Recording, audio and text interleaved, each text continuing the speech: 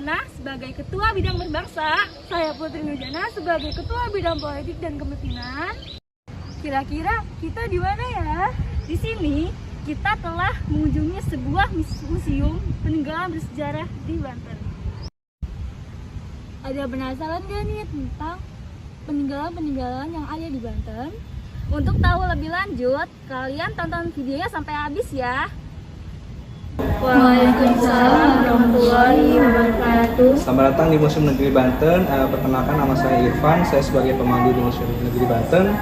Senang sekali kedatangan dari adik-adik SMP 2 Kota Serang ya.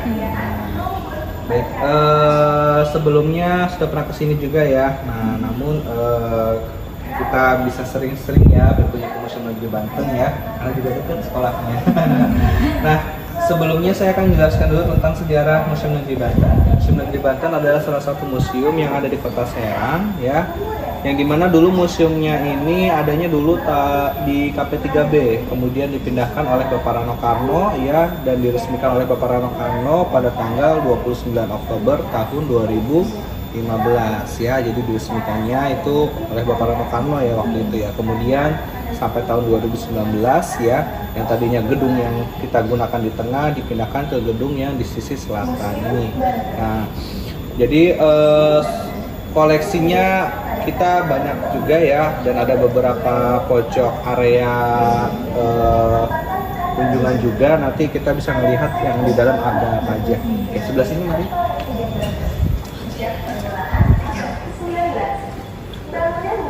Di Banten kita mengenal ada namanya suku Baduy ya.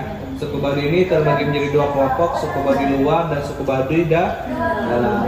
Suku Baduy luar ya pakaiannya warna hitam ya. Nah, seperti ini suku Baduy luar sudah seperti kita di sini juga ya.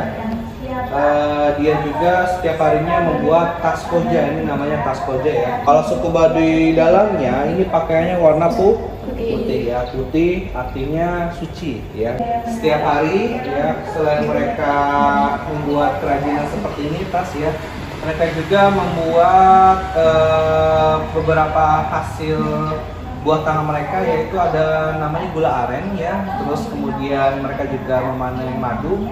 Madunya itu namanya madu odeng ya.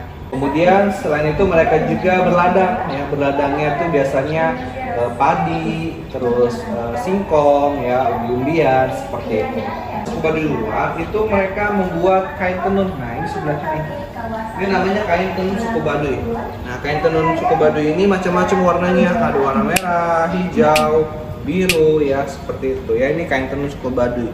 Nah, kalau yang ini namanya adalah alat tenun suku Baduy ya. Alat tenun suku Baduy ini ya digunakan untuk membuat kain tenun. Nah, ini terbuat dari bambu ya, yang disatukan menjadi menggunakan kayu ya. Ini kayu juga sama dari hutan yang ada di suku Baduy ini. Berbagai macam senjata golok ya, ini namanya adalah cekek hidang karena bentuk pegangannya seperti kaki kijang. Kemudian yang ini namanya jengkolan ya, karena bentuk pegangannya seperti jengkolan. Ini senjatanya biasanya digunakan oleh para pahlawan dari Banten, jawara dari Banten seperti itu.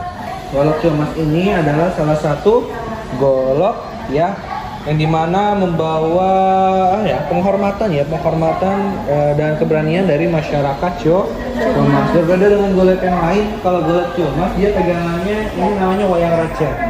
Tahu ya tokoh perwayangan ya. Nah, kayak ada Arjuna, Sadewa ya. Nah, ada Bima seperti itu. Dulu ini paling ditakuti oleh para penjajah ya, karena di dalamnya ini dilumuri racun. Namun sekarang tidak ya, ini sebagai simbolik keberanian dari masyarakat Ciamas.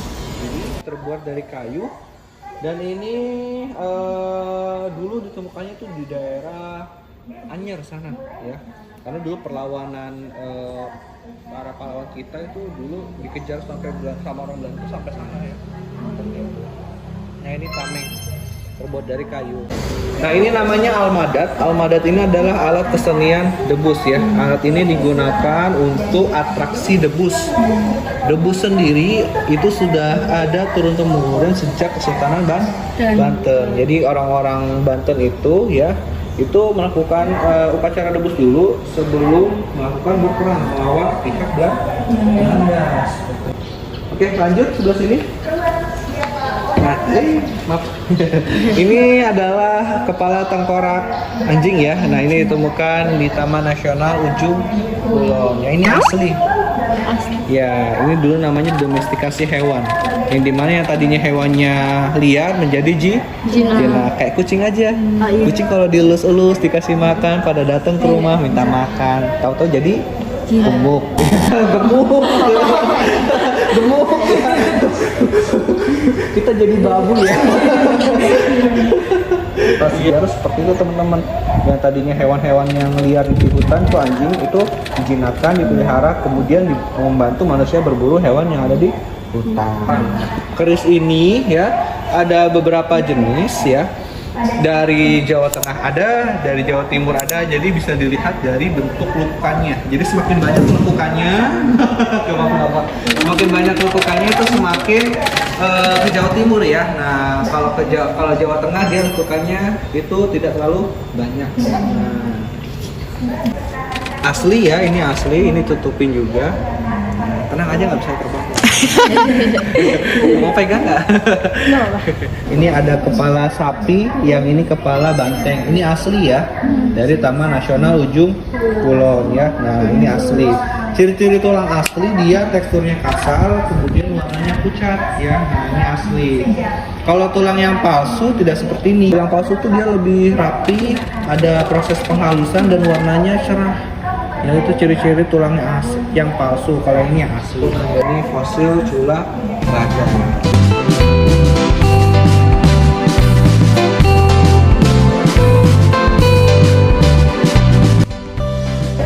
Dia tubuhnya kecil, berbeda dengan badak yang Afrika. Kalau badak Afrika dia tubuhnya besar dan punya dua anduk. Kalau ini sambutan.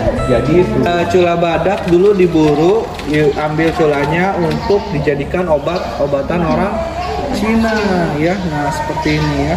Ini adalah replika cula badak. Jadi culanya itu diambil, pertama badaknya dibunuh dulu, makanya tinggal 77 ekor saja yang ada di Taman Nasional Ujung Kulon. Kasian ya, udah hampir punah juga. Makanya badak cula satu ini dilindungi. Kapulaga, jahe, cengkeh, dan merica. Nah di Banten yang paling dicari adalah merica.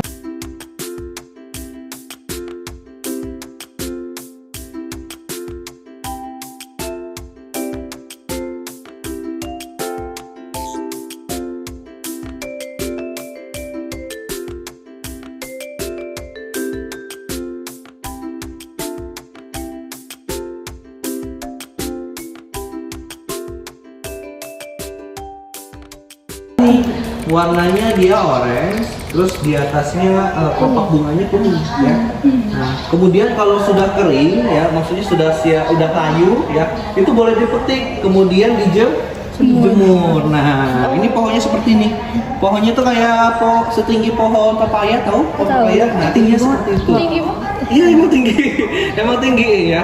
Pokoknya salah satunya ada pipa. Yang pipa teropata ini digunakan untuk mengalirkan air dari Danau Taksikardi menuju Keraton Soroswan. Pernah main ke Danau Taksikardi? Pernah. Yang ada di Keraton itu, itu sebenarnya adalah untuk penampungan air hujan. Jadi karena memang di daerah Banten kan itu airnya bukan air bersih ya, tapi air payau.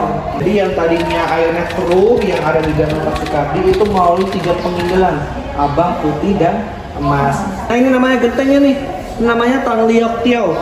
Tan Liok Tiao itu seorang saudagar dari keturunan dari Tionghoa ya, yang dimana dia membuat genteng yang ada di Jakarta, kemudian didistribusikan ke kota-kota yang ada di sekitar Batavia, salah satunya kota Serang ini. Makanya ini ada namanya Tan Liok Tiao. Koin ini aslinya terbuat dari tembaga, ada juga yang dari perak ya, yang mudah dibuat ya. Bentuknya bulat dan bersegi 6 di tengahnya. Ini dibuat oleh Sultan ketiga Banten, yaitu namanya Sultan Maulana Muhammad atau yang disebut dengan Ratu Ing Banten. Ya, uang kertas ini ada dari zaman Indonesia Merdeka, Bank Indonesia. Terus yang ini Denipon Teikoseihu ya. Ini zaman Jepang menjajah Indonesia. Di atasnya ini ada Netherlands Indies ya, itu zaman Belanda menjajah Indonesia. Kemudian yang di atasnya 25 sen itu ada Republik Indonesia. Itu adalah uang darurat khusus Banten ya, karena dulu waktu itu Banten mengalami krisis moneter tahun 1947. Akhirnya membuat mata uang kertasnya sendiri yang disebut dengan Orida. Hanya digunakan khusus di Banten saja. Kalau yang ini, yang mesin itu namanya mesin kalkulator mekanik hibah dari Bapak Rano Karno. Ya, nah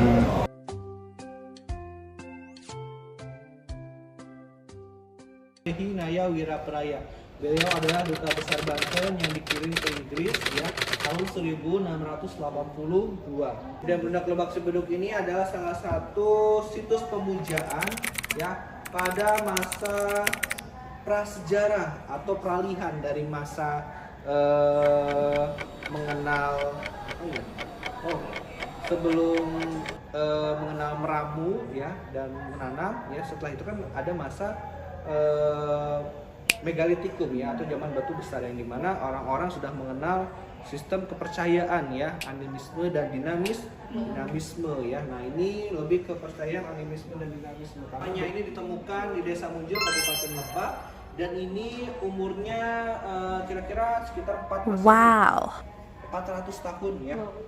400 tahun ya. Dan ini pada masa kerajaan Tarumanegara ya. Nama kerajaannya bercorakan agama Hindu ya. Ini ada dua baris ya, menggunakan bahasa Sanskerta, hurufnya huruf Palawa ya. Bahasa Sanskerta itu bacanya seperti ini. Wikranto Wanipate Prabu Setyanara Narenda Wajabutena Sri Manata Punawarmana ya. Ini adalah kewibawaan, kekuasaan dari Maharaja Raja Punawarman, raja dari segala raja. Ya nanti belajar kalau di arkeologi itu belajar kayak gini, mumet. Inggris atau orang Inggris, anjing itu termasuk hewan yang suci ya. Sama kayak anjing namanya Ciko atau Ciko ya? Masalah ini namanya Ciko ya. Yang itu yang anjing yang berdiri terus di depan stasiun di daerah Jepang.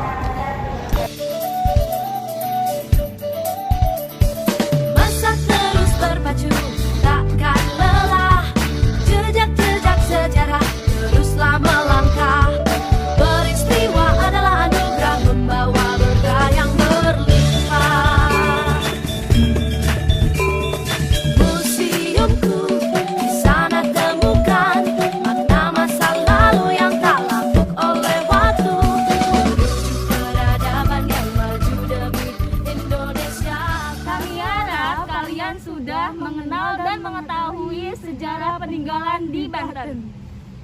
Sekian dari kami, semoga apa yang telah disampaikan bermanfaat untuk kalian. Wassalamualaikum warahmatullahi wabarakatuh.